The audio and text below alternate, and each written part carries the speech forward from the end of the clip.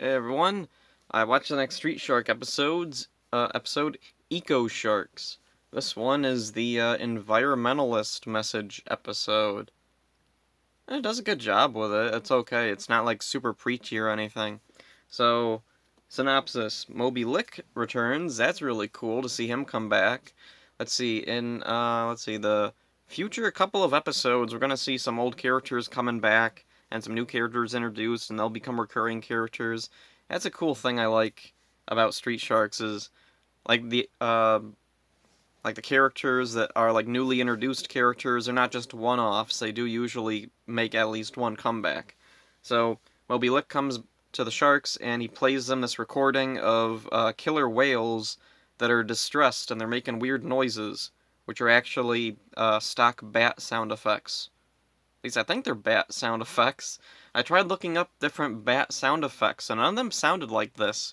But this is the same sound effect that I hear a lot in like Goosebumps episodes. So I don't know where it came from. Whatever. Anyway, back to the episode.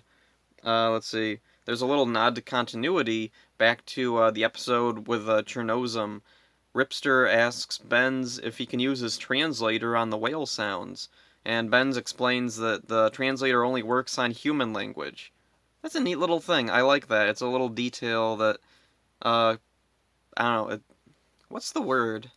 Whatever. Anyway, back to the thing. Moby and the sharks go to investigate the area where the whales were first recorded, or where they first noticed them making weird noises or whatever. And let's see, there's a weird thing here. There's a coast, and then there's a factory right on the coast. There's a factory right next to the coast. Why is it? That's a horrible place to put a factory that will regardless create tons of pollution being dumped into the ocean. Also, I looked it up, and there's a weird thing with killer whales. Let's see. Killer whales are found in all oceans, but they're not found in... Crap, I can't remember. Yeah, they're not found on the east coast of the U.S. They're only found on the west coast of the U.S. Or, well, sometimes they're found on the east coast, but it's extremely rare. It's more common to find them, and especially in this episode, it shows there's quite a few of them, so they must be on the west coast, like California side.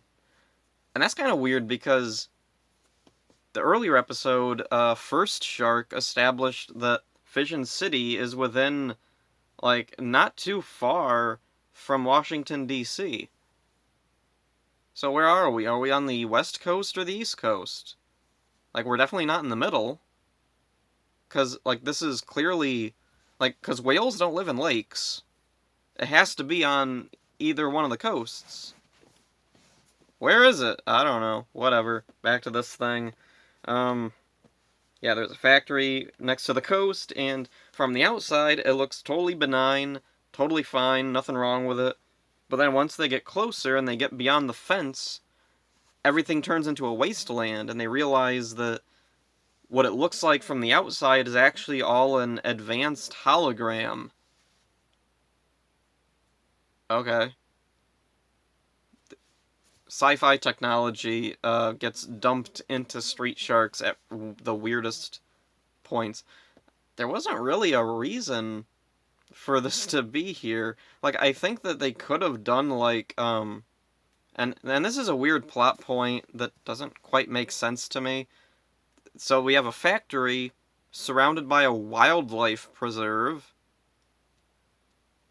That doesn't make any sense. Why would you put a wildlife preserve around a factory? Or is the factory, like, is the intention that people think it somehow conserves the sanctuary around it? How does it... They don't explain any of this either, so I have no idea what's going on. Back to the plot, because this whole point doesn't really make any sense at all, so it's best to just ignore it. Let's see. Ripster and Moby are attacked by security guards, and on one... Oh yeah, they're coming in on boats, and on one of the boats is Clamando, the guy we saw back in Shark to the Future. Was it... Or Future Sharks? Whatever the title of the episode was. It had shark in it. Anyway, Clamando is now in the present, unexplained.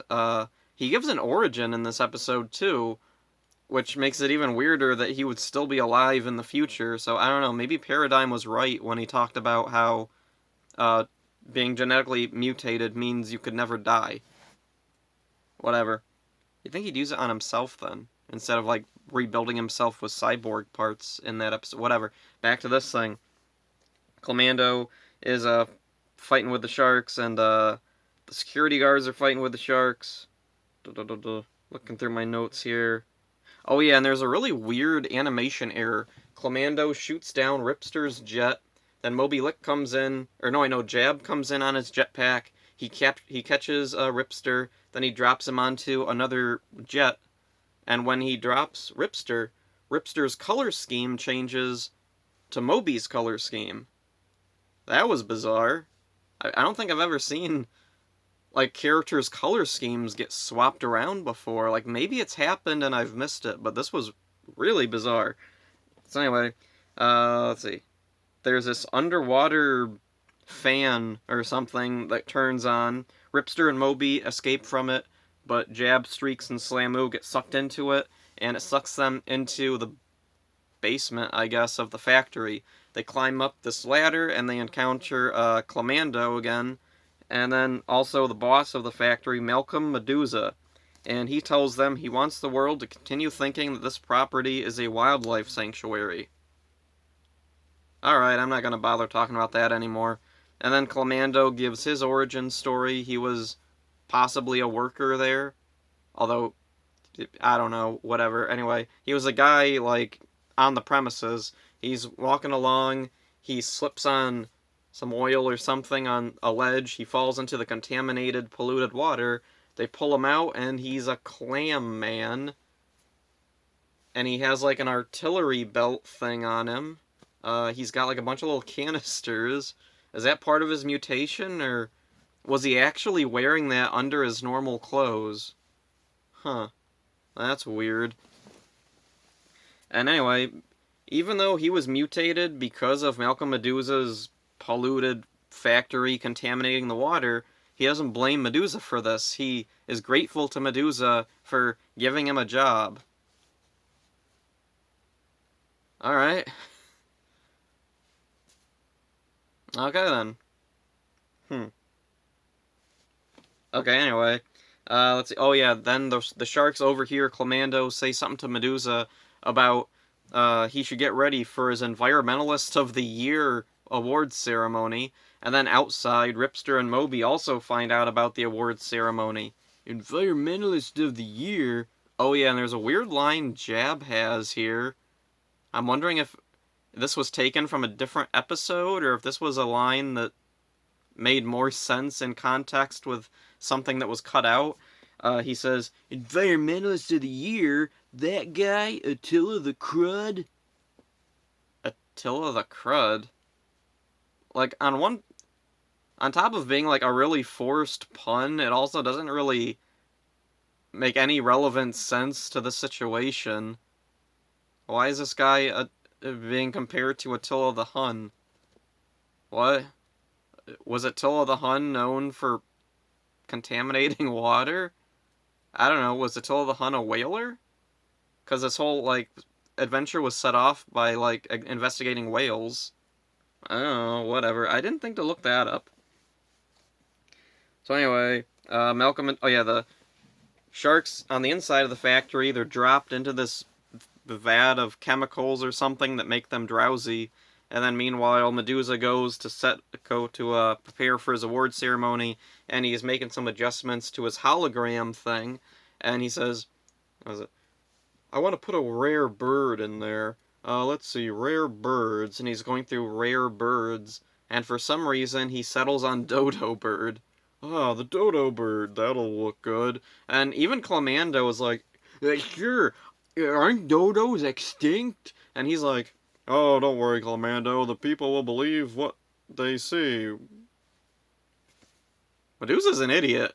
Clamando's also an idiot. Oh, and that's something weird. Why is Clamando so loyal to Medusa? Like, this is the scene that makes it really clear Medusa's an idiot.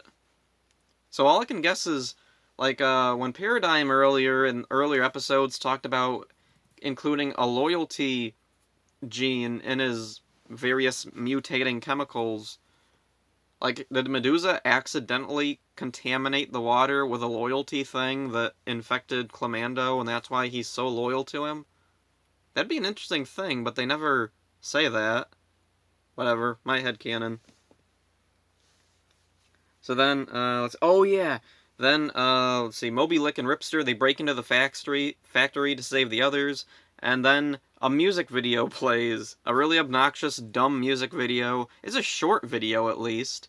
And, another thing that is kind of a positive from this negative is, it doesn't spoil the episode it's featured in.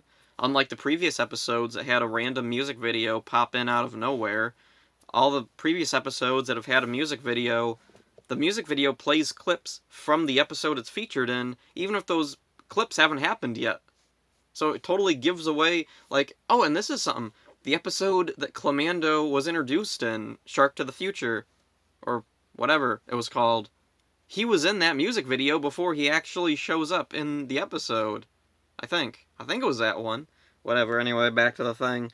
Let's see. The sharks, let's see. They save, the others, they break out, and, let's see, they're gonna crash the award show and reveal what Medusa's done.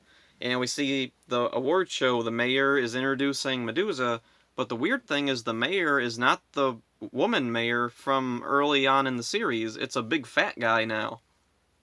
So was there an election at some point off screen? And I was wondering, is this supposed to show that there's been a progression of time? Or was this just a mistake? Like, maybe the show was handed off to different people and they didn't remember that they had already introduced a mayor character? Because this mayor character, like, I don't know, he's a completely different character from the original mayor. Like, the original mayor was more of, like, realistic-ish. Like, you know, for Street Sharks, she was a realistic type of character, whereas this guy is your stereotypical big fat dumb guy. Let's see, the sharks crash the thing, reveal Medusa, they show the mayor what the hologram really is, a hologram. They shut it down, they show the toxic wasteland that surrounds the factory, and the mayor is like, I did wonder when I saw that dodo bird. Like, this is just cartoonishly stupid. So anyway, one of the really weird things, Clamando escapes, I guess. Medusa, they don't really show him being arrested or anything. They have ample time to, like, hold him, but he just runs away. Alright. So it's a silly episode, but I do like that the environmentally positive message, like save the whales and all that, isn't like super preachy. This episode is a plot first. It's a weird plot with a lot of nonsense and plot holes in it, but it's a plot first and environmental message second. Let's see. It's kind of nostalgic because back in the 90s, the save the ecosystem thing was freaking everywhere. I remember in elementary school, save the environment, save the rainforest, save the whales, all this and that was a huge thing. So it's nice to see that again. I kind of wonder why that's not a thing anymore. Do people just not care about the environment anymore? Maybe. Uh, or maybe it's only like really prevalent in like elementary school or something. I don't know. I don't know any elementary school age kids except for like my nephew. Let's see. Oh, one of the weird things, Clamando, I don't even know if this is supposed to be the same Clamando that's in Shark to the Future, because in this episode, the sharks, when they see him, they're surprised by him, and they act like they don't recognize him. Even though they have seen him before. Whatever. Oh, and one of the weird things with this, Moby Lick. They bring back this established character, but he doesn't really do anything. In fact, you could just cut him out of the episode entirely, and the plot wouldn't change at all. It's a very weird thing for a recurring guest character to recur and then not really serve any purpose. I don't know what exactly Medusa's factory is supposed to make. I guess it makes pollution.